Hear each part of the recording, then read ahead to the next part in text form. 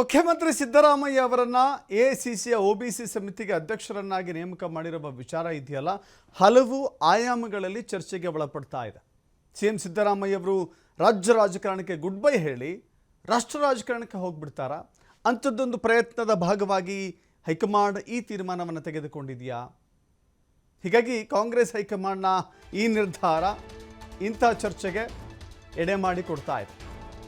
OBC ರಾಷ್ಟ್ರೀಯ ಸಲಹಾ ಸಮಿತಿಗೆ ಅಧ್ಯಕ್ಷರನ್ನಾಗಿ ಮಾಡಿದ್ಯಾಕೆ? ಸಮಿತಿಯಲ್ಲಿ 7 ಜನ ಮಾಜಿ ಮುಖ್ಯಮಂತ್ರಿಗಳಿದ್ದಾರೆ, 10 ಜನ ಮಾಜಿ ಕೇಂದ್ರದ ಸಚಿವರಿದ್ದಾರೆ. ಆದರೂ ಕೂಡ ಸಿದ್ದರಾಮಯ್ಯ ಅವರನ್ನೇ ಅಧ್ಯಕ್ಷರನ್ನಾಗಿ ಮಾಡಿರೋದು ಯಾಕೆ? ಹಾಗಾದರೆ ಸಲಹಾ ಸಮಿತಿಯ ಅಧ್ಯಕ್ಷರನ್ನಾಗಿ ಮಾಡುವಂಥ ಔಚಿತ್ಯತೆ ಏನಿತ್ತು?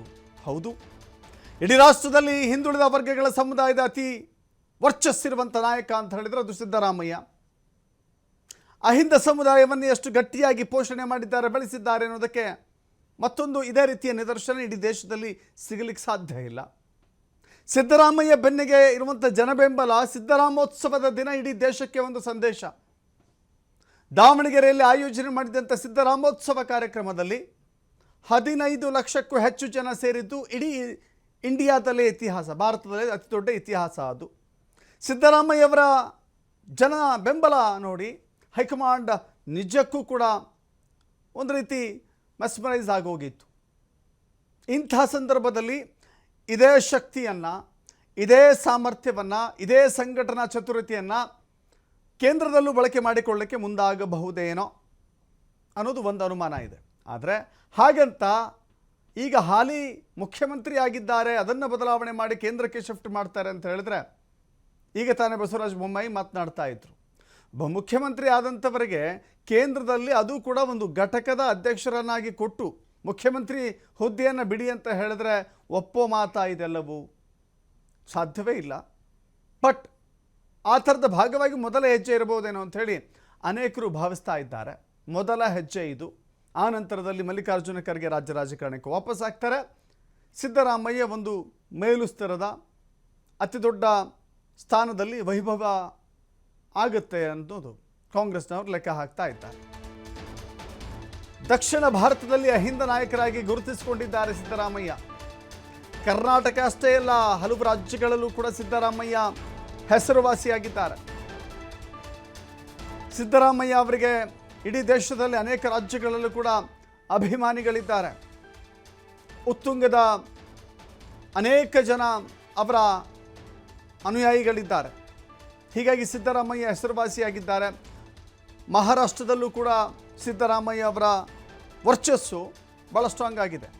ಹೀಗಾಗಿಯೇ ಉತ್ತರ ಭಾರತಕ್ಕೂ ಕೂಡ ಹಿಂದುಳಿದ ನಾಯಕರನ್ನಾಗಿ ಬಿಂಬಿಸಬೇಕು. ಕೇವಲ ಕರ್ನಾಟಕ ಮಾತ್ರವಲ್ಲ, ದಕ್ಷಿಣ ಭಾರತ ಮಾತ್ರವಲ್ಲ, ಉತ್ತರ ಭಾರತದಲ್ಲೂ ಕೂಡ ಸಿದ್ದು ಹವಾ ಬರಬೇಕು, ಅದರ ಮೂಲಕ ಪಕ್ಷಕ್ಕೆ ಒಳಿತಾಗಬೇಕು ಅಂತ ಹೇಳಿ ಈಗಾಗಲೇ ಅನೇಕ ರೀತಿಯ ಅಹಿಂದ ಪರವಾದಂಥ ನಿಲುವುಗಳನ್ನು ಹೈಕಮಾಂಡ್ ತೆಗೆದುಕೊಳ್ತಾ ಇದೆ, ಕಾಂಗ್ರೆಸ್ನ ಹೈಕಮಾಂಡ್.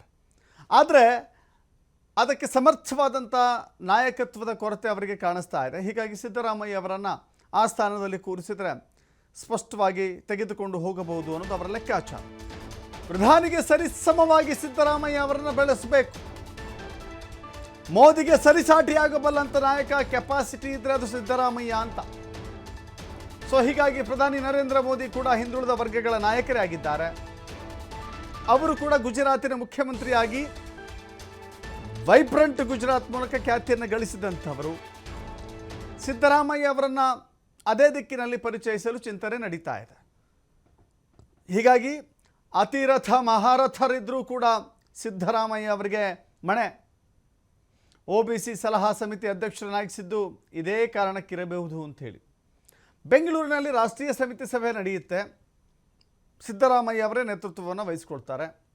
ಉತ್ತರದಲ್ಲೂ ಕೂಡ ಒಬಿಸಿ ನಾಯಕರನ್ನಾಗಿ ಬಿಂಬಿಸಲಿಕ್ಕೆ ಹೈಕಮಾಂಡ್ ಪ್ಲಾನ್ ಮಾಡಿಕೊಳ್ತಾ ಇದೆ.